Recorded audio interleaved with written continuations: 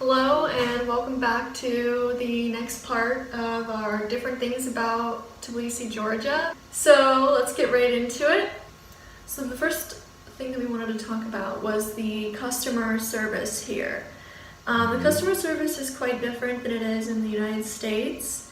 In the United States, I feel like the people, like the waiters and the staff and stuff, are typically a little bit overboard. They're just kind of like, how can I help you? And they're like always there. So I can have an appreciation for like maybe the little bit more realism of the customer service here. But basically the point is they are a lot more blunt here. I think partially it's the language barrier, like maybe they don't want to be speaking English. Probably. But that's something that a lot of foreigners say about the customer service here, is that they're very blunt. But at least they're not fake. The next thing I wanted to talk about was the phone ringing here. The phone ringing here sounds weird. In America it's like ding, but here it's just like a beeping noise.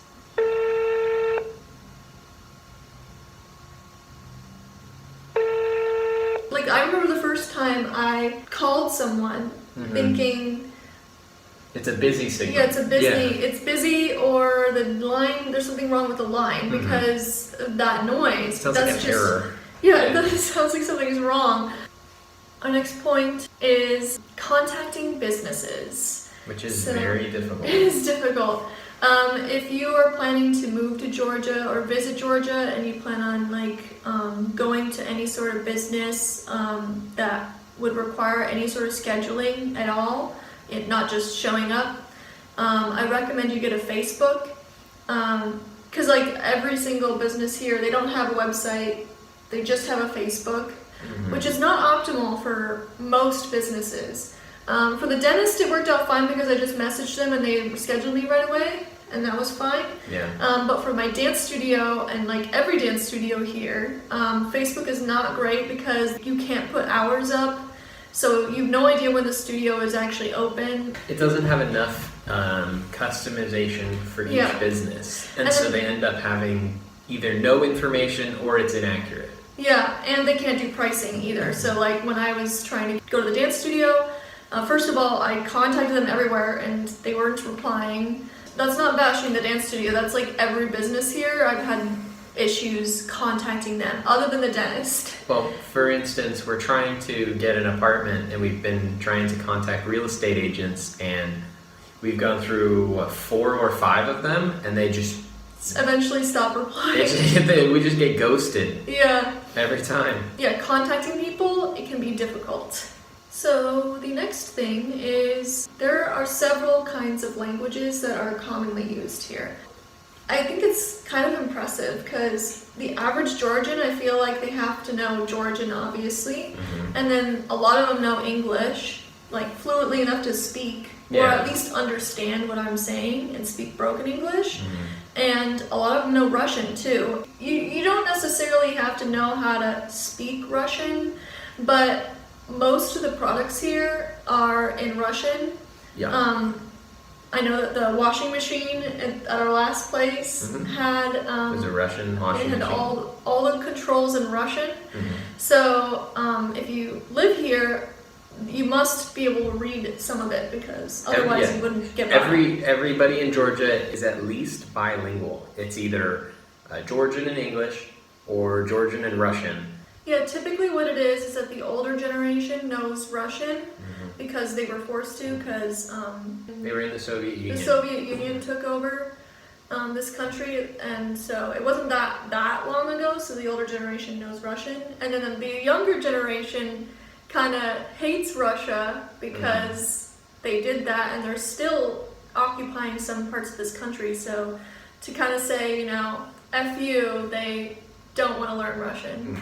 Our next bullet point is emojis in text messages. Your sister lives in Norway, and she says that the people there do that. They use a lot of emojis as well. So maybe it's just a European thing, but I was very surprised that they use so many emojis in texts. It was kind of interesting. I had this experience when I was trying to go to the dance studio for the first time. I remember we finally connected over Instagram, and there was just like heart emojis back and forth constantly, hearting literally every single message that I sent. I showed up and it was like they were just normal. But it's kind of like the customer service thing we were talking about, where they're a little bit more blunt. Not that like they were rude or anything, it's just I expected something different because of all the emojis. Right. The next bullet point we have is the add text messages.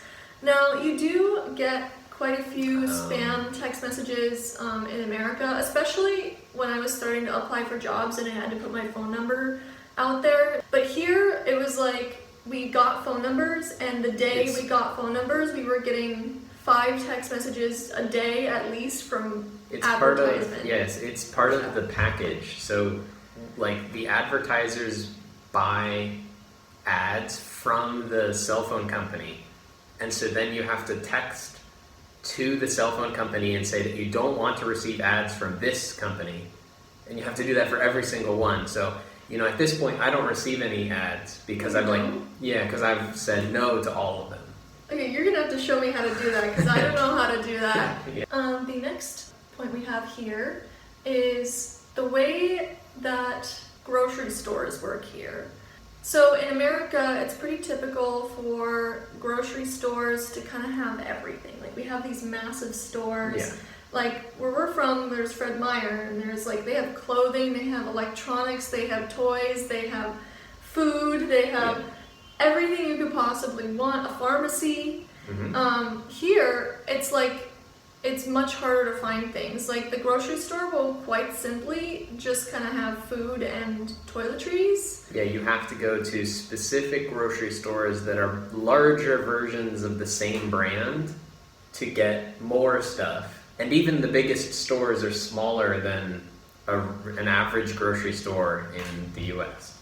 And they seem to have really weird organization.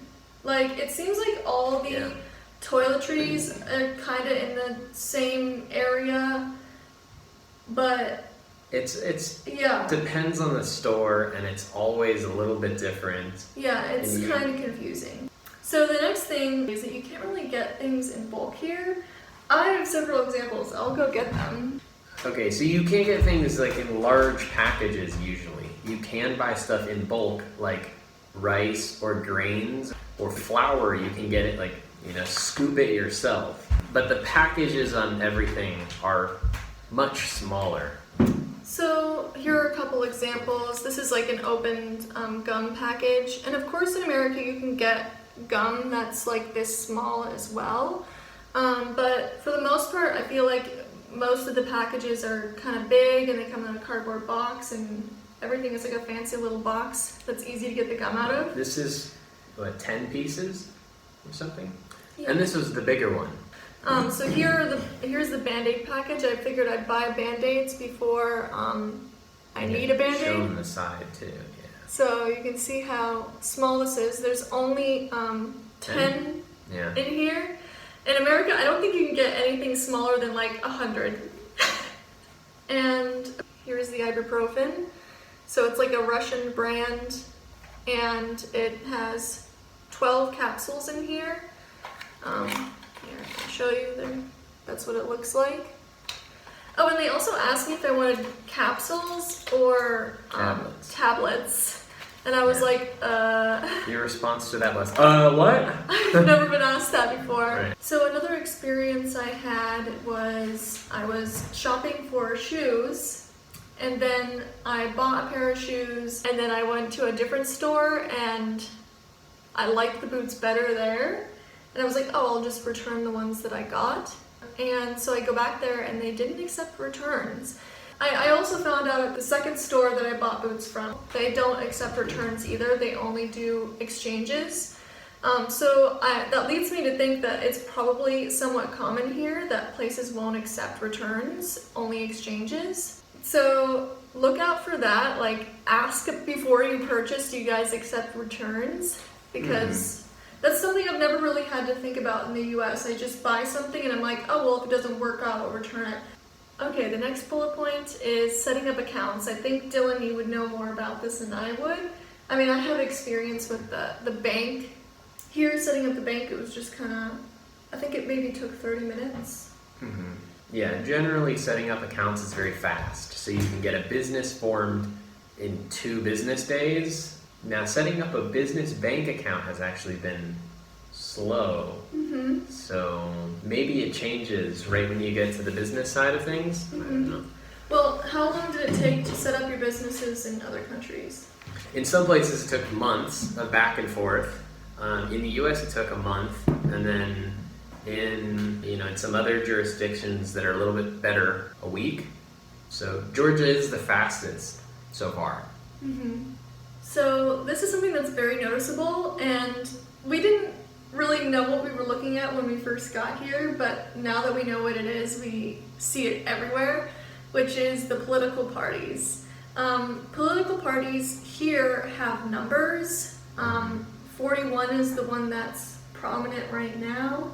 Yep. And like I see 5 a lot everywhere, but I also see 1. I've seen like every single number, I swear, at this point. There's a ton, and their pictures are everywhere. So we mentioned before that our instinct was to just get things on Amazon, and that is something that's quite different here, and probably like the hardest thing to get used to as an American, which is they don't do Amazon here. Yeah. They don't really do shipping to your house in general. So if you want to buy something on Amazon, then you're gonna have to use a shipping forwarder. So you provide Amazon your US-based address, and then they ship it there.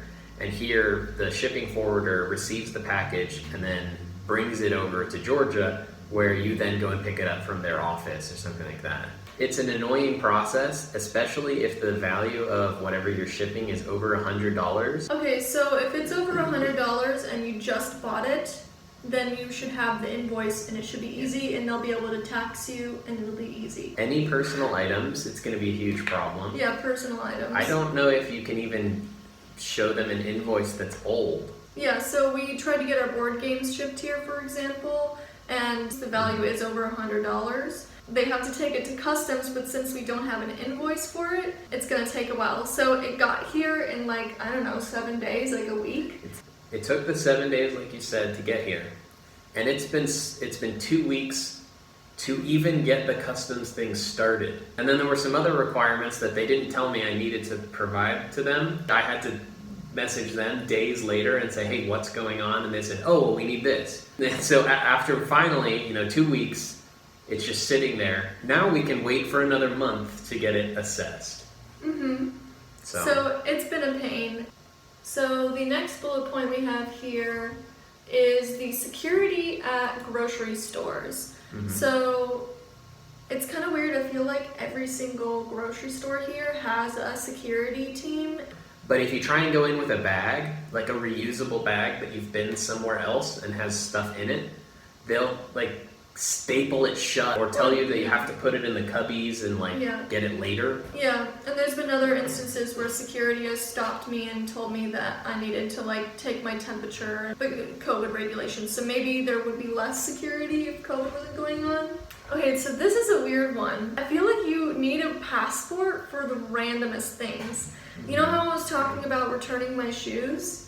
I needed to exchange them, so I exchanged them for a different shoe, and she needed my passport to do that. And it was like a whole process. Did she need your passport for you to buy the shoes? No. Because when I bought a keyboard, passport.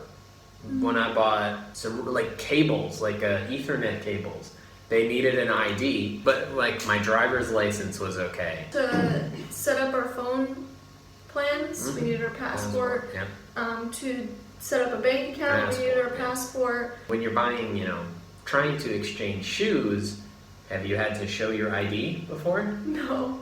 So. And they just have to keep record, I guess. Yeah. So the next thing on here are the employees at the grocery store. Or at not necessarily the grocery store, but just places where you buy things in general. There's so many employees here. We went to this one grocery store where there was a lady who was there for selling the wine only, and then there was people for checking out, and then there was people for helping only, and the person who was checking out couldn't help you, and the person who was helping you couldn't check out, and there's people to grab items for you. An easy comparison is in a store that's basically the same size as a gas station in Georgia, you could expect 4 or 5 employees during like pretty much all hours. Where if you go to a gas station store in the US, there's going to be one person, maybe 2 if it's really busy. So this kind of leads into the next point, which is there are some places where you have to ask for specific items. We saw this especially at the electronics store, where if you wanted to get anything at all there, you had to ask them to take it off the wall for you. Yeah, well, it's like if you go into any of the electronics areas where you could just grab valuable items and they're fairly small, they'll all be in locked cases or something like that. Even they had like, $10 wires and stuff like that. They were all locked up. Something that's kind of related to that is like the vegetables here. We could pick out our own vegetables, but then we had to go to the cashier at the vegetable stand to tell us how much our vegetables were worth. Every time you get produce of any kind, you bring it to somebody, they weigh it and put like a price tag on it right there, which was very new to us. And so the first time we like bagged everything and started leaving, and she had to chase us down and be like, no, come back, you have to get prices. So another thing we wanted to mention was the cost of living here. It's actually one of the main reasons that we wanted to live here. The price of food and housing are way cheaper if you're a foreigner from any sort of Western country. So if you have income from a wealthier country, it will go a lot further in Georgia. So the last thing I wanted to talk about was my dentist experience. The dentist experience was sure different here, and I think it was better even. So the first thing that I noticed was that she used a water pick instead of like a regular scraping pick. And I was like, oh wow, this is new to me. And she was like, oh, do they not use this in the US? And I was like, I've been to like several dentists and I've never had any dentist use a water pick on me before. And she was like, oh, the technology's 30 years old. I thought that was pretty funny. I'm sure that there are dentists in the US that use the water picks, but in my experience, I've never had a dentist that did. The next thing was she had this like water flosser. I don't really know how to describe it. It felt like it was shooting out like tiny little balls or something, but it would get in between your teeth, and that's how they would floss. It was a little bit painful in some areas. Yeah. Like especially if it's like under the tongue. Right. But afterwards, my teeth felt like really clean. Right. And I told her, oh, I've never seen this before either, and she's like, I figured. In the US, they just use regular floss. So the next thing that happened was she used trays for fluoride. And I said, oh, do you have the paint on fluoride? And she was like, why would you want that? That's for kids. She was funny. She's a snarky dentist. Yeah, I think she just, she didn't know perfect English, so she was just saying it how she knew how to say it. Yeah. So it just kind of came out kind of blunt. But it was pretty funny. She was very nice, and she was telling me along the way like what she was doing as she was doing it, and I felt really comfortable and like I could trust her completely. It was a good experience. And setting up for the dentist was really easy. I just contacted them on Facebook, and they replied the same day. I was like, can I set up an appointment? And they're like, sure, how's tomorrow? Yeah. And I just went the next day. Because in America, pretty much if you don't schedule 6 months in advance, you're screwed. You're lucky if someone cancels and you can fit yourself in. The weirdest thing is that at the dentist, it's cash only. And this isn't just your dentist. This is what 2 or 3 other people have said as well. Yeah, so I was like, do you accept card? And they were like, no. And so I gave them cash, and I was like, do you change for a 20? And they're like, no. So I literally went to the bank so I could get 5s but it was like 160 lari without insurance. So it's like $55.